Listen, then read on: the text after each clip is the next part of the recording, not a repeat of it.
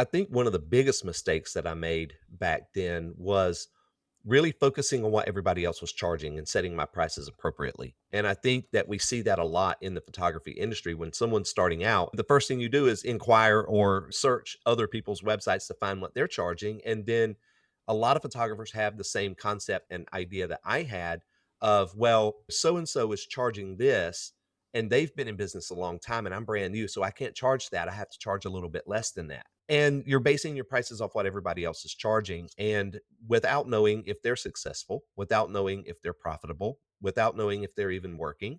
And so I think that was one of the biggest mistakes that I made early on is pricing my work based off everybody else's and not really understanding how to price my work based on my cost. Hey, welcome to the Beginner Photography Podcast. I'm your host, Raymond Hatfield, and today we're chatting with wedding, headshot, and boudoir photographer Jeff Poole about how to market and get clients. But first, the Beginner Photography Podcast is brought to you by CloudSpot. Simplify your business with studio management. You can organize clients, send professional contracts, automate invoice payments, and more. So keeping track of everything in your photography business just got a whole lot easier. You can grab your free forever account today over at deliverphotos.com and only upgrade when you are ready. So Scott Wyden-Kivowitz introduced me to today's guest, Jeff, down at Imaging USA. And right away, it was super clear that this guy knew how to attract clients as a photographer. I mean, the guy operates a photography business with his wife where he shoots 3 totally different genres, whereas most photographers struggle to market just one. So if you have a photography business or you're thinking about turning your camera into a way to make a few extra dollars, then you're really going to love this interview. So today you're going to learn the biggest pricing mistake that held Jeff back from earning a profit when starting his business and how you're probably making that same mistake too. Why simply posting 27 times a day on social isn't going to get inquiries coming in, and how to actually use social media to grow your income and not just followers, as well as the 8 email sequence that you need to set up to turn people from simply interested to dying to work with you. So there is a lot here. But real quick, I just want to say that I applaud you for taking the time to listen to the Beginner Photography Podcast and actually do something for yourself and your creativity and not just waste your time doom scrolling or watching TV or just being bored. You're making the right choice towards being the person that you want to become. So round of applause. Okay, well, with that, let's go ahead and get on into today's interview with Jeff Poole. Jeff, I want to know, when did you know that photography was going to play an important role in your life? I think it's like a lot of photographers. When I had my first child, I kind of always played around with cameras in college, and I was that guy that always had a camera at all the frat parties, which thank God social media wasn't a thing back then because I don't even know. I still have 2 rolls of film in my fridge from college, and I'm terrified to develop them. So while it was big going through college, it was more of a hobby. And then when my first child was born, I took some photos of her, and everybody in my family is like, wow, these are amazing. Of course they did. They were horrible. I look back at them. No offense, Mary Catherine. But yeah, they were not great. But the encouragement from my family pretty much put me down the track of like, oh, maybe I can do this as a side hustle. What did you go to college for? So funny enough, my degree is in pre-med, biology pre-med with a minor in chemistry. Wow, so you went the exact opposite direction and went into I arts. had dreams of being a trauma surgeon, but I did not have the GPA to back it up. Uh, So, so I ended up being a paramedic for 17 years. And thank goodness I got so tired of seeing people sick and dying every day. I thought, man, I'm glad I didn't dedicate another 10 years of my life to be a surgeon. So, oh, man. yeah. It takes a special kind of person. Like, my wife is an RN, and I think to Uh-huh. myself, just from the stories that she tells me, thank God Yeah. that there's people in the world like you, because I could never do Yeah. that. I just can't. Yeah, I had a really bad call where a little girl got killed on her birthday at her Oh, birthday party. And the very next day, I had a wedding, and my daughter was about the same age, and the flower girl at the wedding was about the same age. oh, And, it's like I'm sitting here going home to my daughter and then going from that call and then going to a wedding. And I was like, that's it. I'm done. Yeah, I'm yeah. done. And all my supervisors were like, do you need to go to like stress debriefing? I'm like, no, no, it's not that. I'm just done. I'm done with all of it, and so I'm ready to be a photographer. So, Wow. yeah. Okay, well, this is going to be a hard transition or a hard segue rather, but let's start talking about kind of those earliest days in business for you. Can you tell me, what did you decide to start focusing on and I guess why? Yeah, when I first started, It was all weddings, mostly weddings because it was one of the easiest things to get into back then, especially in my area and the prices that I was charging, right? Because I didn't understand how to run a business. So weddings was one of the easiest and fastest things to get into.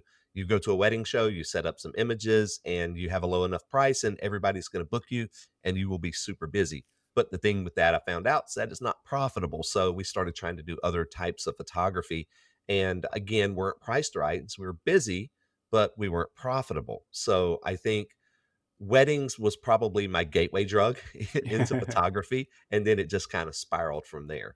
Yeah, I hear that a lot from others as well, especially in the beginner photography podcast community.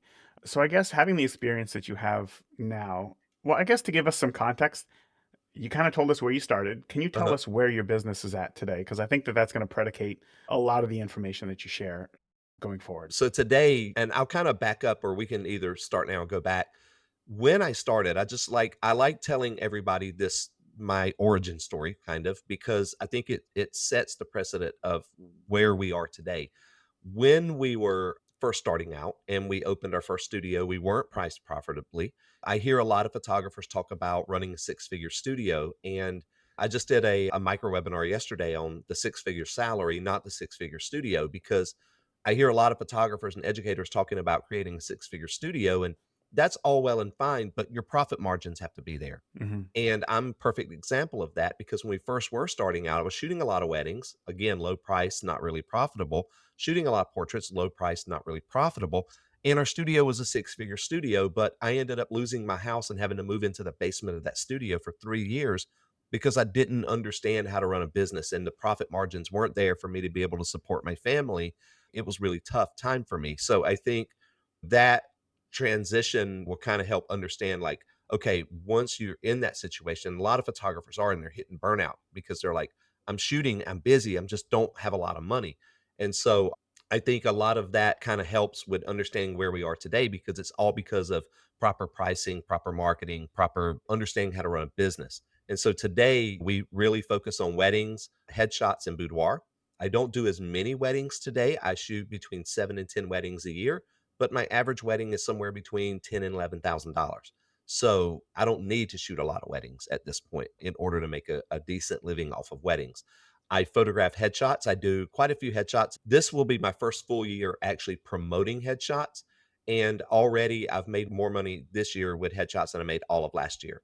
So because I actually put marketing behind it, I put money behind it, I built a website for it instead of just a page on my website. I built a dedicated headshot website. And then my wife is a boudoir photographer and she crushes it. She photographs about 50 sessions a year and she has about a $5,200 average sale for her boudoir sessions. She shoots twice a week. She shoots one session a day, shoot, edit, sale same day, and she's absolutely crushing it with boudoir. So that's kind of where we are today. We run a multi six-figure studio that brings us in a beyond six-figure salary, and in our area that we live at, that's a really good living because it's a sleepy little beach town. So we can pretty much do what we want to do, work our own schedule, and live the life we want to live with that.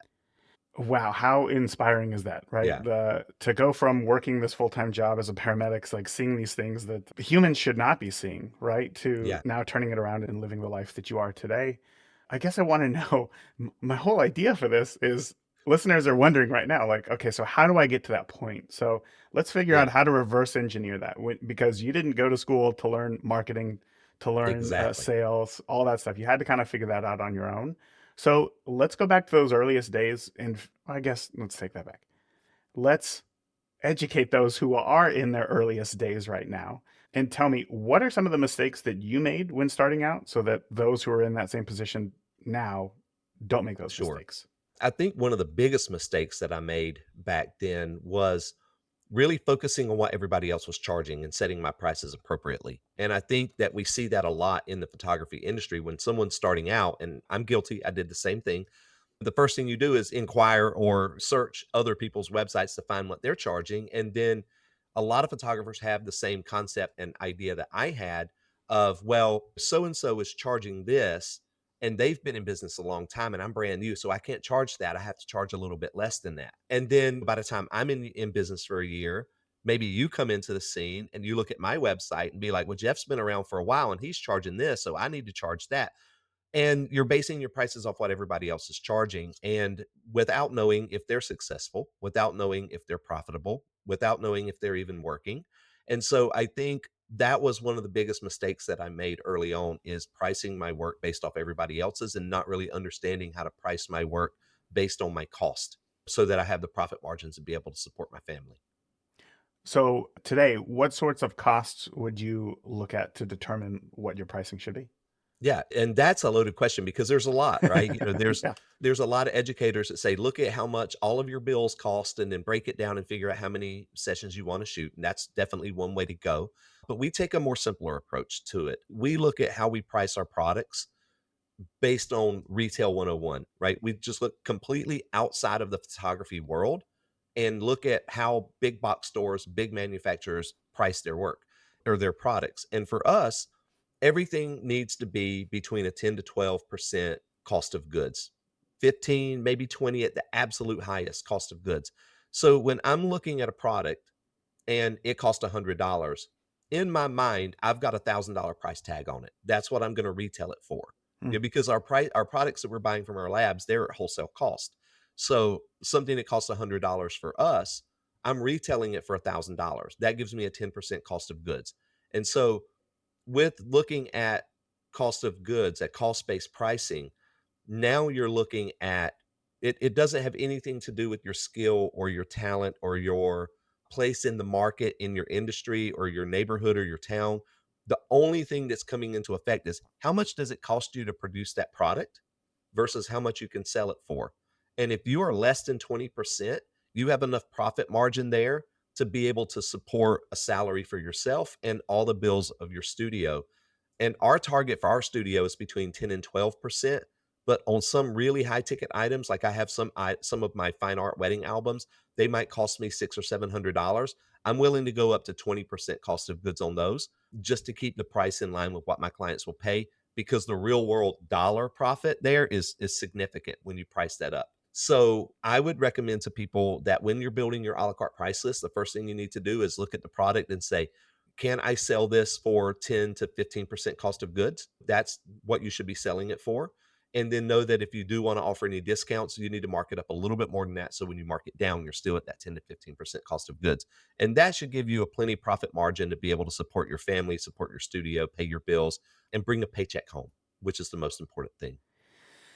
Yeah, yeah, that's a very important thing. Yeah, to be able to feed the kids and whatnot. So Exactly. Yeah. I can hear listeners right now saying, "Okay, I charge, let's just say $75 for a session. How in the world am I going to charge even $100 just for an 8 by 10?" Yeah. Talk to Yeah. me about how we get to the like. Do we just today implement 10% to 12% cost of goods for all of our products, or is that something that we work up to? Yeah, it depends on where you are, right? If you are still working a day job that you have income coming in to support your family, what I would say do is rip that Band-Aid off and charge appropriately from day one, and just understand that you're going to hear a lot of no's before you hear yeses.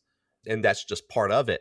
Because what happens is if you start out like we did and you start attracting all the cheaper clients that want cheaper prices, people run in the same demographics, right? So I had a client base of probably 2 or 3 years worth of clients I was working with. And when we decided that's it, we're raising our prices, and we just ripped the band aid off and we went straight up. We didn't try to tear it up or anything.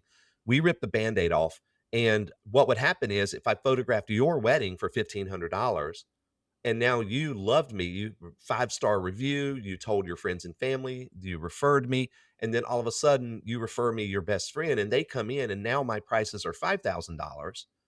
Now what happens is that person has gotten their hopes up that they're going to get to work with me based off of your reviews and your images. And when I tell them my prices are $5,000, they're going to say, "But wait a minute, Raymond told me you photographed their wedding for 1,500 last year." And I'm like, "Well, yeah, but my prices have now changed and this is the price." Well, that person gets upset because they were getting their hopes up that they were going to work with me. They go back and tell you, "Hey, dude, your guy's crazy. He's charging $5,000. No way I'm paying $5,000." Well, now you stop referring me, and that referral engine breaks, and you got to build a new clientele from scratch. And that's hard and it's scary because now all the people that referring you beyond now at the current time, all of their friends are probably in the same demographic financially demographic field that they are, and they're not going to be able to afford that jump. So it's better to start with your prices where you want to be and build the audience that will afford and respect you instead of trying to change 2 years in, because that's hard to try to make that Yeah. change. That referral engine just breaks. Yeah. Okay. So then real quick for those, how did you get over that? How did you deal with that break in the referral engine? It was scary, like, and my wife and I were just like, we'd go back and forth. I'd be like, "All right, we're gonna be at McDonald's next month, we're flipping burgers." And she was like, "No, we won't. It'll work out because the clients that are booking us are gonna pay more than the clients that say no." And she was right. We ended up photographing less that year, but we made more money and we actually had a profit. So it's scary. And I'm working with a client that I'm coaching with right now. It's going through the exact same thing. And I'm trying to tell her, like, look, you're photographing 6 sessions a week, and half of those are canceling, and the other half of those are pretty low sales. But if you just raise your prices and you start educating these people on what to expect before they come in, you might not book 6 sessions a week. You might only book 1 a week, but that 1 a week is gonna spend more than the 3 that actually got into your studio that photographed, and you're gonna make more money, you're gonna work less, and it's gonna be scary. It's gonna be scary to hear no all the time, but just understand when that one person says yes, they're gonna spend more than probably all of those no's before them, and it's gonna make you feel better because you're actually gonna make a big sale, and now when you make that big sale with this person that said yes, baby them, take care of them, give them a little something extra, wow them and make them fall in love with you. So they refer their friends because their friends are in the same financial demographic that they are. And now that's how you start building up that audience. And so it's kind of scary to do, but that's basically the way we did it. We just pulled the band aid off and just took a leap of faith. And we're like, we're going to hear no, but eventually we're going to hear yes. And that's going to start that new referral engine coming in. That's great. I know that a lot of listeners are gonna appreciate that because again, that's where they're at. Yeah. So Yeah. we figured out kind of how to price a lot of our products, our tangible products. Now let's talk about actually getting butts in seats, as they say, right? Like let's talk about getting inquiries Yeah. because that's step one. It is. It Where is. do we start? Yeah, just before we start talking about that, I do want to circle back about when you have your a la carte prices. One thing that I recommend that every photographer do is PPA has a free tool. It's called Square One. And once you have your prices for your individual products, you should be setting what you want your average sale per genre to be. And the PPA Square One tool will allow you to say, I want to make this much money for my salary at the end of the year. And then you can plug in the types of sessions that you shoot. So in our case, weddings, headshots, and boudoir. And then you can put in how many sessions you want at a target average sale, and it'll show you how many you have to shoot in order to be able to make that, let's say 75 or $100,000 that you want to bring home. It'll show you how many sessions you need to shoot at what average to get a gross studio sales in order to be able to pay yourself 75,000. So it's an awesome tool. If you just Google PPA Square One and just follow, it's really intuitive. Follow that, because the next step from there is, once you have that average sale, is to build a price list and a sales system to get you to that average sale. So let's say, for example, you want to do $3,500 weddings, right? And that's the average sale that you need to hit in order to be able to make the salary you want to make. Well, now you got to build a price list to be able to get you to that $3,500 average sale.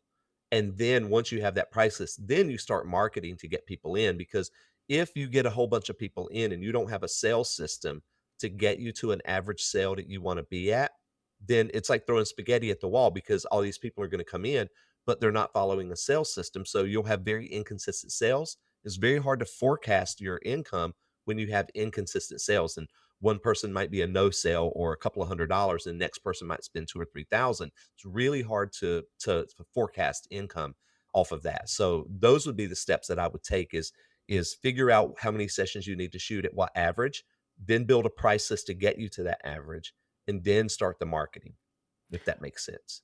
It does. I want to go back though and talk about this sales system because Yeah, I think we kind of glossed over that a little bit, and yeah, I think that new photographers are thinking, "Well, what exactly does that mean?" So, can you yeah. explain that a little bit? Sure. So a sales system, for example, let's say we want to have a $3,500 average wedding for average sale for weddings. There's a couple of ways to do it. You can say, I'm going to be packages, and my bottom package is going to be let's say $2,000, and then my middle package is going to be $3,500, and then my top package is going to be $4,500. People have a tendency to gravitate toward the middle of anything. And so when your middle package is at your average sale of where you want to be, some people will book your low, some people will book your high, some people will book your middle. But at the end of the year, when you run your numbers and you say, well, I shot 100 weddings, or let's say 10 weddings at $120,000 or $90,000, divide those 10 divided by gross sales, that will give you your average, and that's where you're going to land. So when you start building your systems, start figuring out like that middle package should be about where you want your average sale to be, and most people will gravitate toward it. If you are like a create your own collection, then you need to have a series of products that will people will just naturally go down in order to be able to get to that average sale. And that takes a little bit more practice when you have a create your own collection or a la carte menu to figure out what products to offer at what prices in order to yield an average sale. So packages make it easier because you can put your target sales number in the middle. And then some people will book your big package, some will book your little, but it all averages out to be about that middle package of where it's going to be. So that's the way I would recommend doing it. And it's different than a la carte, right? A la carte, people come in and they can just buy whatever they want off of your menu, and you really don't have a way to control the low end of that sale, Mm. right? Where with packages, you can control the low end, but unfortunately, you also control the high end. But you can guarantee that you're going to make a certain number of money per wedding if you have packages. So I hope that made sense of like, it's basically just a way for when people come in that you can kind of guarantee that you're going to have a range from the low end to the high end of what people are going to spend that averages out to be what you want that average sale to be. No, that does make sense. I appreciate that. I took a very similar but slightly different approach when shooting weddings. Is that when I figured out what my average sale needed to be, I made Mhm. that my lowest package. Yeah, And yeah. then my middle package was a little bit higher. It wasn't much higher because I wanted Mhm. people to make that jump. But then my largest package was, I don't want to say it was out of reach, but that was like swinging for the fences. That was a grand slam. Yeah. And pretty much, I think over the 10 years, I only had like four people book that largest package. And Uh-huh. that was kind of the idea, that at least I knew that if I made almost any bookings, that I'd be set. So I love And that. that's a great idea too. Just set your bottom at your average. But a lot of times, if you photographers are scared to do that because Yeah. sometimes that is too high of a ceiling and you're afraid to say that you're going to hear a lot of no's. But yeah, yeah, that's a perfect way to do it too, depending on what you want your average to be. One additional way to do it is what I do now is I just have one base commission. I don't have packages at all. I just Mm. have one base commission. And that is my what I consider my get out of bed on Saturday rate. It's $6,200. And if you want me for 6 hours and digital only, then that's what you're going to pay. And then if you want albums, I give you incentives. Like if you book your wedding with me and you add an album when you book, then you get an extra incentive. Like you get an additional 10 pages in that album. Or if you book an engagement session, then you get a free curved metal, but you still got to buy everything else, right? So that allows me to say, okay, I know I'm going to make at least 6 grand. I'm fine with that. And I know that there's going to be a good amount of people that are going to buy album, they're going to buy wall art, they're going to buy a post wedding day collection. So that pushes me above that 10,000 that I want to be at for a wedding. Mhm. And it That's works great. really well to start. And then just say, if you want anything else, you can buy it and incentivize those purchases along the way. Yeah. I have a different name. Instead of calling it the get out of bed on Saturday price, it's the what would it cost for me to miss my favorite concert price, right? Exactly. Yeah. Yeah. It's a similar, like, what would it take? So, okay, so we talked about pricing. We talked about building packages as well. Now let's get on to the marketing aspect, Yeah. because again, the number one question that I hear from new photographers is, how do I find clients? And Yeah. that's one of the hardest things. But this is something that you have a lot of experience in. Yeah. So I guess you also have a lot of experience educating photographers. So when you look at new photographers who are starting in the business journey of their photography business, what mistakes are they making and how do you get them to turn that around? So I think a lot of mistakes that people make early on with marketing is that they rely solely on social media. They think that if I post 27 times a day on social media, that my phone's going to start ringing. And the truth is that they don't own their audience. When you're just posting on social media, you're just hoping that Zuckerberg and whoever is going to promote you to the best of their ability, and they're really not. They're not going to promote you. organic reach is down across almost every platform. They want that almighty dollar. They want to get paid for advertising. And so if the only way that you're advertising is posting on social media, that becomes a really tough road. I see a lot of boudoir photographers that their account gets shut down because they violate Zuckerberg's rule of nipples, right? Or butt crack. And so I see a lot of them, their pages are getting shut down and they're like, well, how do I market? And I'm like, well, you should kind of own your audience already. And so one thing that I would recommend is figure out a way to build your email list, because when you build your email list, that's virtually free marketing that you can do year round. A big thing that we do in our studio to grow our list is lead magnets. If you go to any of our websites, you see that, that we have guides on there for top 7 things to look for before booking a boudoir photographer, or 8 tips to planning a stress-free wedding day, or headshots versus personal branding, which is right for me. And we've got some that we run direct paid ads to, right? We run ads directly to landing pages on Facebook, but you don't need to. You can just put them on your website and then organic people will find those and download them. And that's a good way to start getting a lot of people on your email list, because once you have a big email list, now when you get ready to market something, you just blast it out to your email list and you can convert a bunch of people just by that. Because if you're only relying on social media and social media shuts down your account, or they get banned, like TikTok is supposed to get banned or might get banned, who knows? That marketing avenue is now gone for you. So use those social media platforms to get people on your mailing list. And once you have them there, then marketing becomes a whole lot easier. So this is something that I struggled with because I never implemented the email marketing into Uh-huh. my photography business. I do it for the podcast as well, and I can talk about how effective it is. But Uh-huh. one of the things that held me up when it came to marketing my photography business is, what do I talk about? Like, to Yeah. these, what do I talk about to these people? Yeah. So there's two types of autoresponders that I suggest that any photographer have in their system. So once someone inquires with you or they download your lead magnet, you should have what we call a transactional email sequence.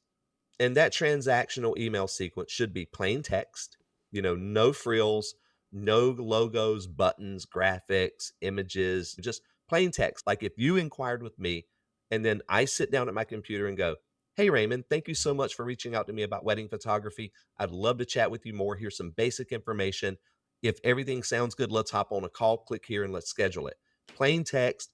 The link for hopping on a call is a blue hyperlink, right? Just ugly, nothing pretty about it. But what that transactional sequence does is it puts the human factor in it. It feels like, even if it's automated, it feels like I responded to you. And then a few days later, I'll respond back and be like, "Hey, Raymond, a couple of days ago you inquired. I've left you a message or I sent you a text, whatever your verbiage wants to be, hoping that we can hop on a call and discuss your vision for your wedding day. Is there a chance that we can meet maybe sometime today or tomorrow? Click here and view my calendar and let's hop on a call." Again, plain text, right? This is your transactional. This is you as the photographer, as a human, responding back to them. But then you have your nurture sequence. And this is where a lot of people kind of get stuck with the email marketing and like what to say. Yeah. And in our studio, everything's pre written. We write this stuff ahead of time and it becomes our newsletter. And there are 8 core emails that should be in your nurture sequence. Now, these core emails can be duplicated as many times as you want, but the core framework should be 8 simple emails. And I'll go through those. Email number 1 is like, right? And it follows the like, no trust. So email number 1 is like. They should like you as a photographer. So you want to talk about you as a photographer. Talk about how you work on a wedding day. Talk about things that interest you. They have to like you before they're going to book you. They have to feel like they can be in a room with you for 8 hours on a wedding day, or maybe a portrait session. They might want to be able to make sure that they can kind of relate to you on a human level, personal level, before they're going to book you. So email 1, talk about yourself. Talk about a little bit about how you got into photography, what drives you, what you love about it. Email number 2 should be no. And this follows more of your business. They need to know and understand your business. So if you give a certain number, a certain percentage back to charity, or if you have any other community partners that you work with, or anything about your business, right? Lifetime guarantee on products, we have those. So anything that's about your business that gives them value should go in that no email. And then trust. Obviously, everybody knows trust. It's social proof. You want to have testimonials. Put testimonials from clients in there. If you have video testimonials you can link to those. But those first 3 emails are like no trust, and it kind of gets them to know who you are, what you do, and a little bit more about your business. And like no trust is always, we hear people talk about like no trust all the time, but it's huge in converting people. And then one of the next ones, and these are in no specific order, but one is called challenge and convert. So we all know objections that we hear every day, right? Especially in the portrait world. I just need to lose some weight, or I need to wait until I get a tan, or in the wedding world, well, I just want digitals. Like there's all these objections. So we know what those are. So in your challenge and convert emails, tackle one of those objections and tell them why that their belief in that is wrong and why that shouldn't stop them from booking now, or it shouldn't stop them from investing in photography now. So figure out what that challenge and convert is, put that in an email and send it out. Then next is called benefit of the benefit. And that should be how photography can change their everyday life, right? So my wife's a boudoir photographer, and when people are thinking about coming in for boudoir, they think of boudoir. A lot of people think it's all about sex appeal. It's all about getting a gift for a partner. And a lot of times it is. But the real thing is when a woman comes in for a boudoir session with Lori, 10 times out of 10, they're going to leave feeling better about themselves. So they may feel more comfortable wearing a two-piece to the beach. They may feel more comfortable about their intimate relationship with their partner, right? Because they see themselves, they see their body differently than what they had envisioned it in their mind when they see it in photographs. So it fundamentally changes the quality of their life after the session. And so figure out a way that you can weave in, like, yeah, you're going to get amazing photos. You're going to be able to get a gift for your partner, or you're going to have beautiful wedding day images, or you're going to have beautiful images of your children hanging on the wall.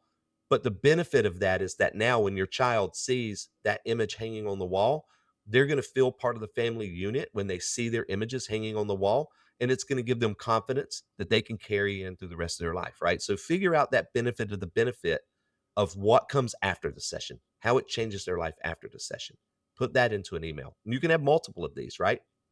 And then featured sessions are good. You can put a featured session, link back to a blog post with a featured session. Featured products are always good to have in an email. Talk about your products, link back to a gallery of products. And then finally, the eighth one is called your evergreen highlight. And so if you are someone that partners with a charity and you give 10% back to a charity every year, highlight that in an email. If you have a 40 over 40 campaign, highlight that in an email because most of the time those run year round. And so those core emails, those core 8 kind of frameworks set the stage to you to be able to write dozens and dozens of emails that can go into a long-term nurture sequence that once you get someone's email, just automate it and send it out and start every 2 to 3 days and then move it to every week and then move it to every 2 weeks and then move it finally to once a month. And if you write 30 or 40 or 50 of these emails, and Chat GPT is amazing at this, by the way, now you can automate this and you can have a year-long nurture sequence that when someone opts in to download your lead magnet or they inquire about weddings or portraits, you move them into the appropriate long-term nurture sequence that is genre specific. And a lot of your conversions happen over time. Because when someone inquires with us and they don't book, we immediately think that, oh, well, they went with someone else. They didn't like my work. My prices are too high. When in reality, it could be that they were just in that mindset to shop for photographers today, but they're going on vacation tomorrow and they're going to be gone for 2 weeks. So we Mm. need to figure out a way to stay top of mind long term, right? So that they fall in love with us long term and they will eventually end up booking us.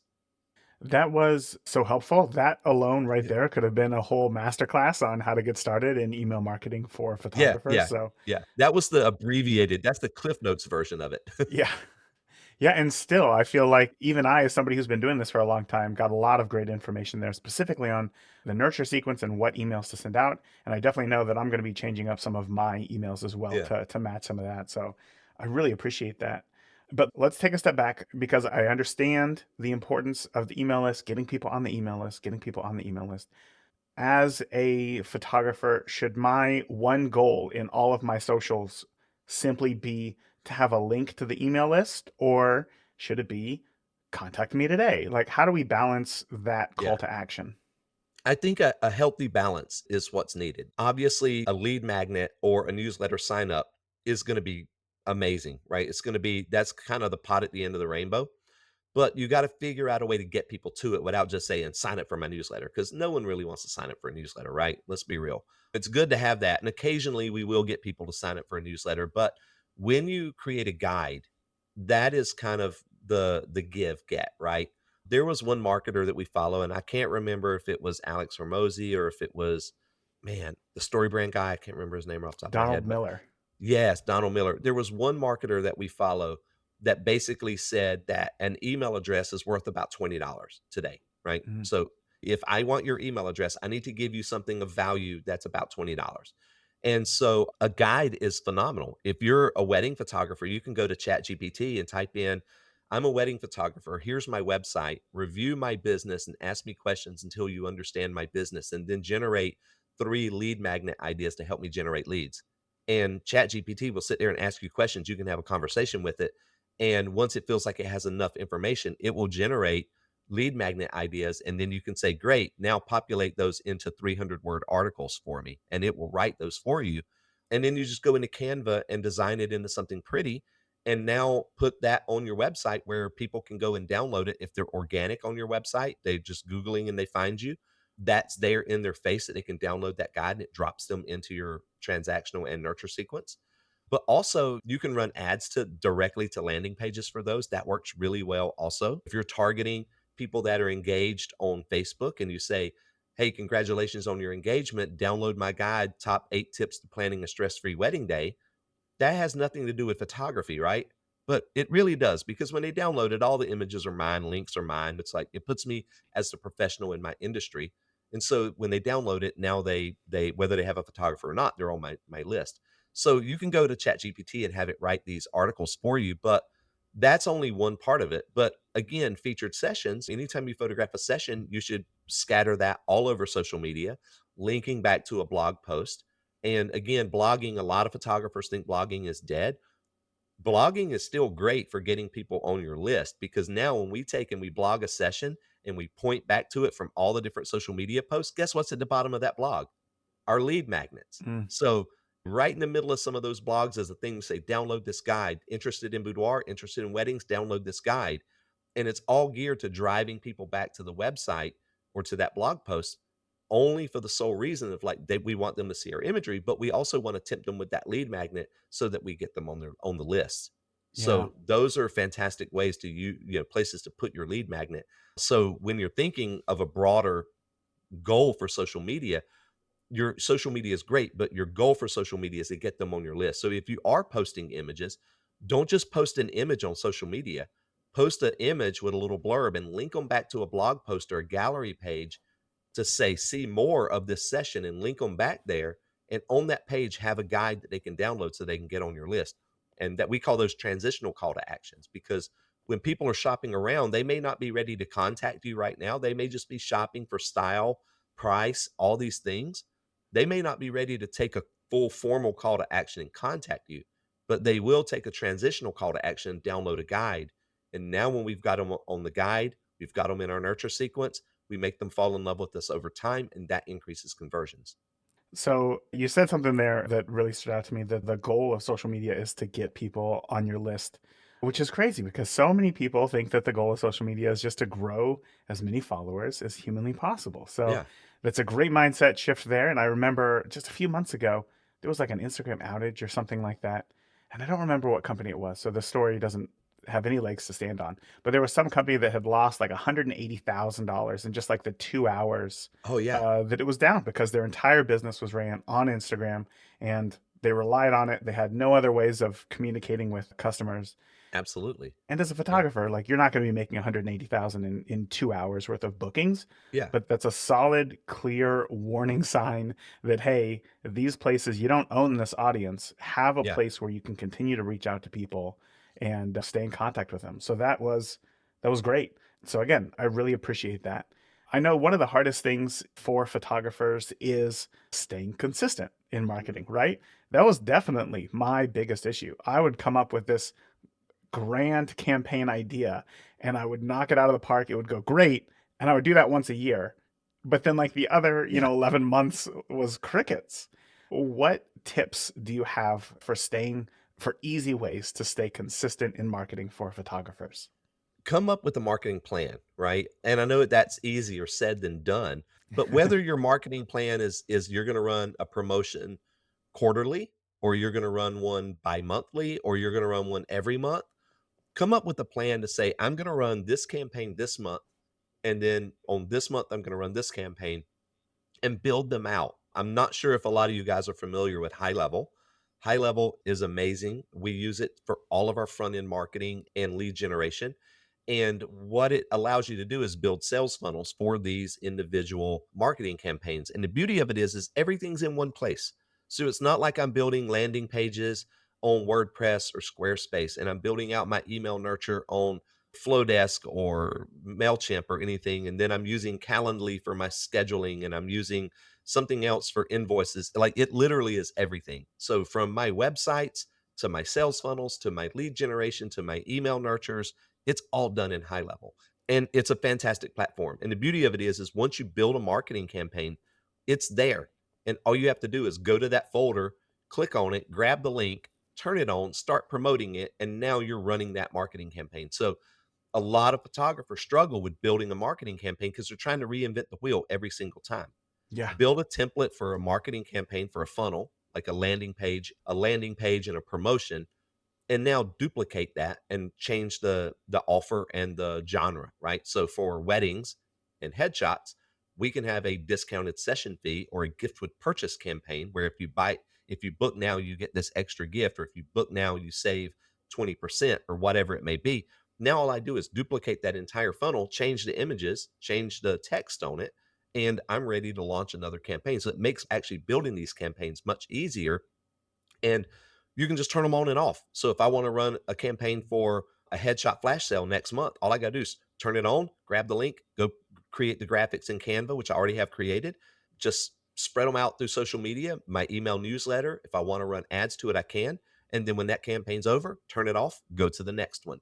And Mm. it becomes this library of marketing campaigns that you have. And in our business, we have 20 some marketing campaigns for boudoir alone. I have like 19 for headshots. I have 8 for weddings. So it becomes really easy to market when you start collecting all of these different campaign types and you build them, because once you build it, it's done.